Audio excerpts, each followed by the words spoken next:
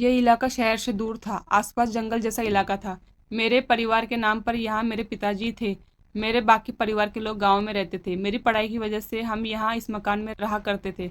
रमेश काका care taker को पिताजी ने गांव से बुला लिया था, जो खेती बाड़ी सुरक्षा के मकसद से यहाँ मकान के बाहर ही एक टीन की झोपड़ी में रहते थे।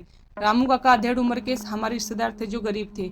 उनके पिताजी ने अपने साथ रख रखा था। वो घर के छोटे मोटे काम भी कर दिया करते थे। वो गांव आते जाते रहते थे। इस घर के पीछे एक बेर का पेड़ भी है, जिसमें एक झूला भी टंगा हुआ है।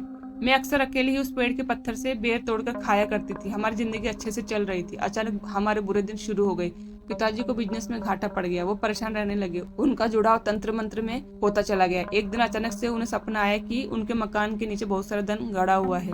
वो उससे लेकर बहुत परेशान होकर दूर दूर तक सबको पूछने लगे इस गड़े हुए धन को कैसे निकाला जाए। पिताजी को लालच भी आ गया था। उन्होंने रमेश काका को भी इस बारे में बताया।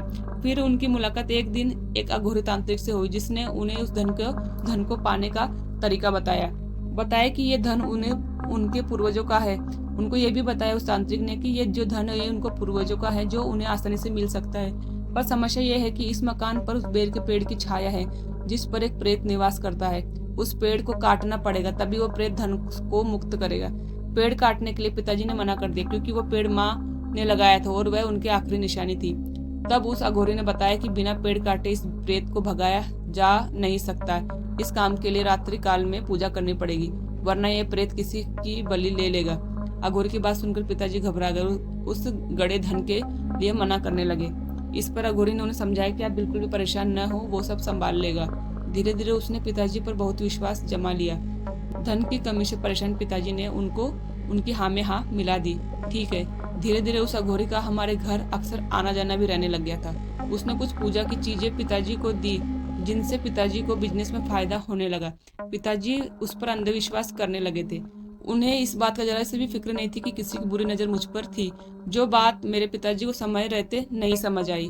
उसने पिताजी को बताया, आज से ठीक 1 महीने बाद अमावस्या की काली रात में काली शक्तियां जागृत होंगी। तभी वो भूत प्रेत की आत्मा और गड़े हुए धन को निकाल लेंगे। तब तक वो पूजा के स्थान को पवित्र करके किलकित करके वापस अपने गांव साधना के लिए जा रहा है। अतः इस स्थान पर कोई प्रवेश न करे और अमावस्या के 1 दिन पहले ही लौटेंगे। करीब 4-5 दिन की बात है। एक दिन पिताजी और रमेश काका दोनों ही काम से गए हुए थे। मैं स्कूल से परीक्षा देकर घर आई और घर पर आराम कर रही थी।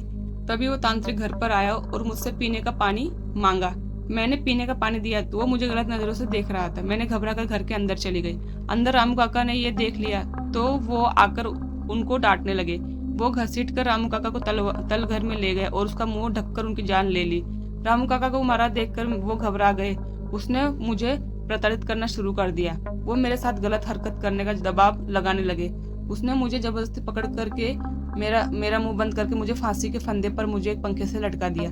फिर तल घर में जाकर रामू काका को जमीन के अंदर खोद कर गाड़ दिया। जब पिताजी और काका घर लौट कर आए तो मुझे इस हाल में लटका देख पिताजी के कदमों से तले जमीन निकल गई। रमेश काका ने रामू काका को आवाज लगाई, मगर वो पूरे घर में कहीं नजर नहीं आए। अब सबको लगा कि रामू काका ने मेरे साथ कुछ गलत करके मुझे मार दिया और वहाँ से भाग गए। 1 महीने बाद वो तांत्रिक घर आए और आकर अफसोस जाहिर किया, जैसे उसको पता ही नहीं हो। उसने ये भी कहा कि आजकल किसी का भरोसा नहीं कर सकते। कौन सोच सकता है कि आपका रिश्तेदार नौकर जिसको आपने पनाह दी वो ऐसा करेगा। इस हादसे के बाद पिताजी टूट चुके थे। वो अब किसी भी तरह का गड़ा धन के लिए मना कर चुके थे, मगर तांत्रिक जिद पर अड़ा हुआ था। मगर इस बार उसने अजीब इच्छा व्यक्त की, वो अकेले ही पूजा करेंगे। उसको पूरे घर में कोई नहीं चाहिए। उसने पिताजी को कहा कि प्रेत आपके परिवार से नाराज है, इसलिए आपके घर में ऐसा हुआ है। उसने आपके नौकर की मत फेर दी, उसके अंदर प्रवेश करके ये सब कराया है। अब आप धन ले या न ले, प्रेत आपके घर को बर्बाद कर देगा। आपकी बेटी की आत्मा की शांति के लिए भी ये जरूरी है, वरना आपकी बेटी को भी शांति नहीं मिल पाएगी। आप 1 दिन के लिए अपने गांव चले जाइए। वो इस घर में अकेले ही रात्रि में तंत्र साधना करेंगे। पिताजी ने कुछ सोचकर उनको अनुमति दे दी। पिताजी और रमेश काका गाँव जाने के लिए चल दिए। उस तांत्रिक ने अगले दिन रात के 10 बजे उस मकान के तलघर में प्रवेश किया और उस तलघर की खुदाई करने लगा। वो पसीने से रथ पर जल्दी खुदाई करने में लगा था। थोड़ी देर में रामू काका की लाश उसने खोद कर निकाल दी। वो इस बात से अनजान थे कि 2 जोड़ी आंखें उस पर नजर बनाए रखी है। अचानक से उसकी पीठ पर किसी ने जोर से डंडा मारा तो वो जोर से चिल्लाया, कौन है? जब उसकी नजर सामने गई तो देखा कि पिताजी और रमेश काका हाथ में डंडा लेकर लाठी लेकर उसके सामने खड़े हैं। उन दोनों को देखकर वो घबरा कर अपनी घबराहट छुपाने कर बोला, अपनी बेटी के हत्यारे को मैंने ढूंढ लिया है। आपके नौकर ने ही आपकी बेटी को मार दिया था और खजाने के लालच में वो यहाँ खुदाई कर रहा था। मैं तो प्रेत ने उसको भूमि में जिंदा गाड़ दिया। उसकी बात सुनकर पिताजी को और गुस्सा आ गया और उन्होंने उसको बुरी तरह पीटना शुरू कर दिया। बोले, तेरी पोल खुल गई है धूर्त, सब सच सच बता दे। अपनी पोल खुली देख तो वो असली रूप में आ गया और जमीन पर लेटे लेटे ही जोर जोर से हंसने लगा। और फिर रुक रुक कर, तुझे पता कैसे लगा कि मैंने ही ये सब किया है?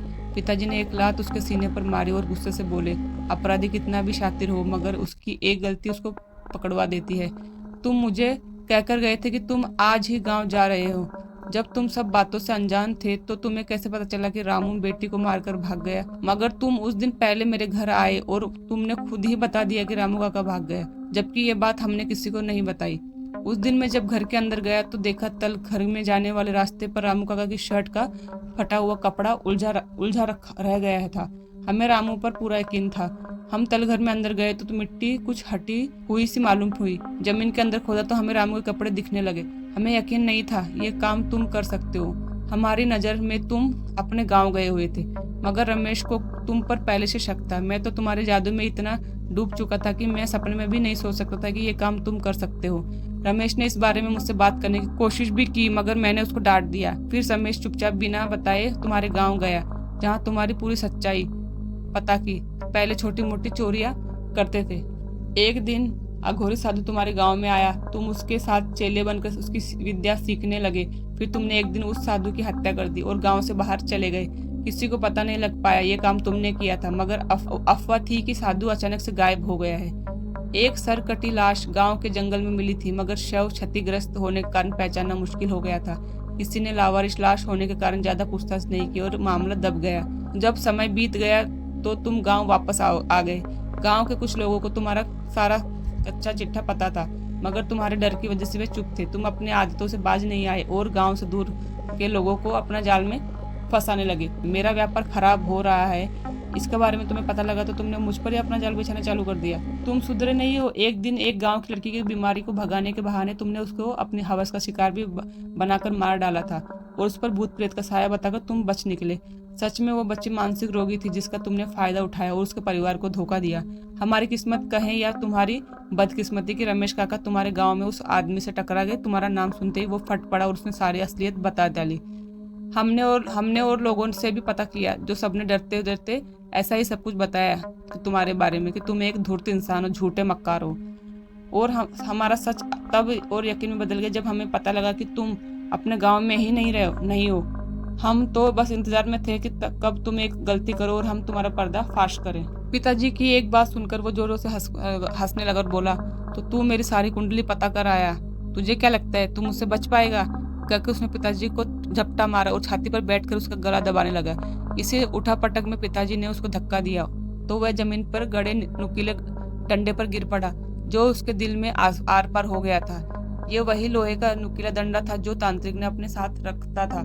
पिताजी की मंशा उसको मारने की नहीं, सजा दिलाने की थी, मगर उसकी मौत उसके कारण ही हुई। मगर उस दुष्ट के आखिरी शब्द थे, तेरी बेटी को इस जहां में भी नहीं छोड़ूंगा और जहां जा रहा हूँ कि दुनिया में वहां पे भी उसको चैन से नहीं रहने दूंगा। कहकर वो मर गया। मरकर भी उसने अपनी हैवानियत नहीं छोड़ी। मेरी आत्मा को कष्ट पहुंचाने लगा, मेरी आत्मा को अपना गुलाम बना लिया। मेरी अकाल मृत्यु हुई थी तो मुझे अभी तक मुक्ति नहीं मिली है। वो मुझे हर रोज यातना देता है। इंसान से भी बुरा हश्र हो रहा है मेरा अकाल मृत्यु की आत्मा का। रामू काका को भी इसने यातना देनी चाहिए, परंतु वो ईश्वर के भक्त थे और उनका समय भी पूरा हो गया था तो वो स्वयं मुक्त हो गए। तुम्हारी अकाल मृत्यु हुई है पर तुम्हारे शरीर का तो क्रियाक्रम कर दिया गया था, फिर क्यों भटक रही हो?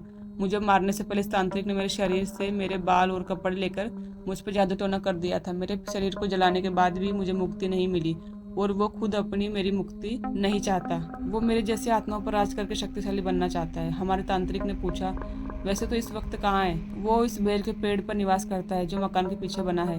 कहते ही ये केयरटेकर की लड़की बेहोश हो गई। जब तुम्हें सब कुछ पता था तो तुम लोगों ने हमें बताया क्यों नहीं? मेरे पति गुस्से से फट पड़े। हमसे गलती हो गई साहब, यही हमारे जीवन यापन का साधन है साहब। लोग बाहर चले गए थे तो यही हमारे खर्चे का स्रोत था। जब उस लड़की का आत्मा ने तुम्हारी बेटी को पकड़ रखा था तो तुमने कोशिश क्यों नहीं की? आपको क्या पता साहब हमने क्या क्या नहीं किया। वो लड़की की आत्मा बुरी नहीं है, उसको मजबूर किया जा रहा था। वो अब एक जरिया थी। वो आत्मा कभी हमें परेशान नहीं करती, मगर वो उस तांत्रिक के प्रभाव में थी। एक दिन उसने हमें सब कुछ बता दिया और हमारा डर खत्म हो गया, मगर चिंता बढ़ गई। हमने सपने में भी नहीं सोचा था कि उस तांत्रिक की आत्मा भी हो सकती है। हमने कई बार यहाँ से भागने की कोशिश की, मगर हर बार असफल हो रहे थे। फिर हार कर हमने इस जिंदगी को स्वीकार कर लिया। उस तांत्रिक की आत्मा की इच्छा थी कि इस घर में कोई गर्भवती महिला आए और उसके सहारे से वो इस दुनिया में कदम रखना चाहता था। हमें माफ कर दीजिए साहब, ये सब हमने खुशी से नहीं किया, वरना वो हमारी बेटी को जान से मार देता, कहकर दोनों पति पत्नी रोने लगे।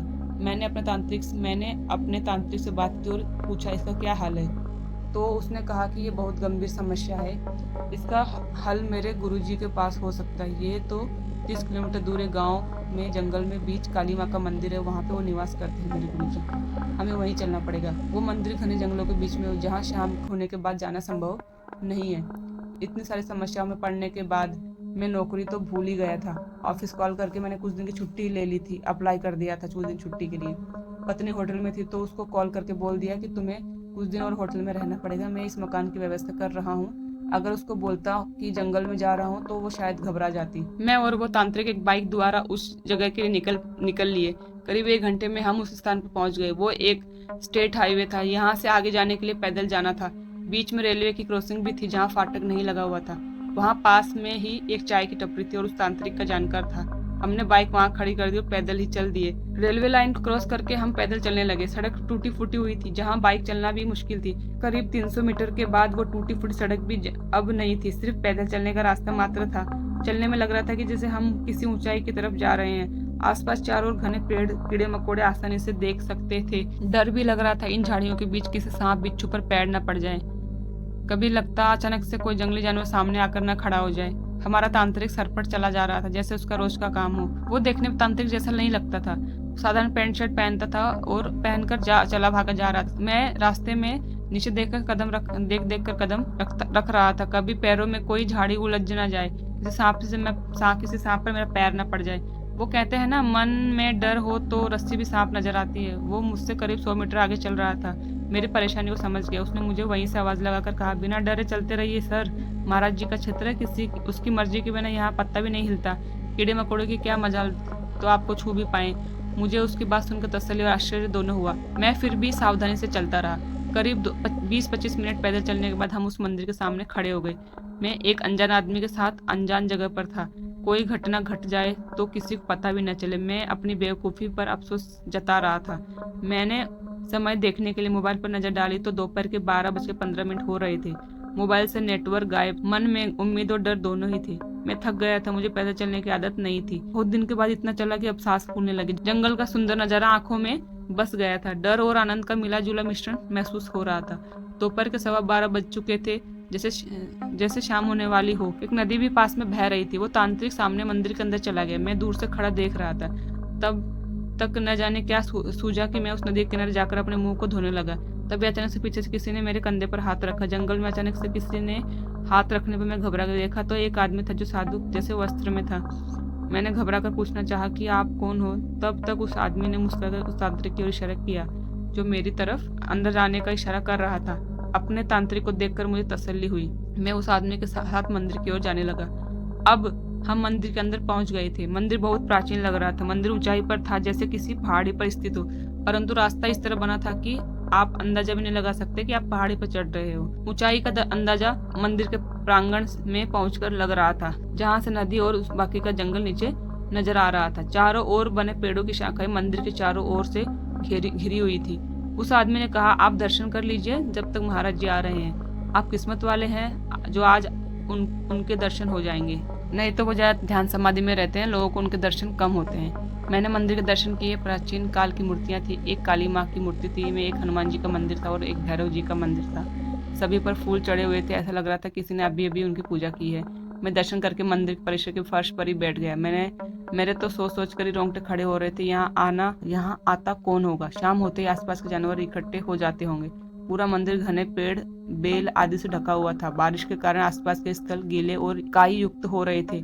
मैं मंदिर के आसपास के माहौल में खोया हुआ था। तभी वो आदमी आया और मुझे इशारे से बोला। मैं उसके पीछे पीछे मंदिर परिसर के अंदर की ओर चला गया। कुछ सीढ़ियों को चढ़ने के बाद एक गुफानुमा कमरा था जिसमें मध्यम रोशनी थी। हम वहां पहुंचे। रोशनी से कम रोशनी में पहुंचने में आंखों को अजीब सा महसूस हो रहा था। आंखों को नॉर्मल होने में कुछ सेकंड भी लग गए। सामने थोड़ी सी ऊंचाई पर आसन बना हुआ था जिस पर वो महाराज जी बैठे हुए थे।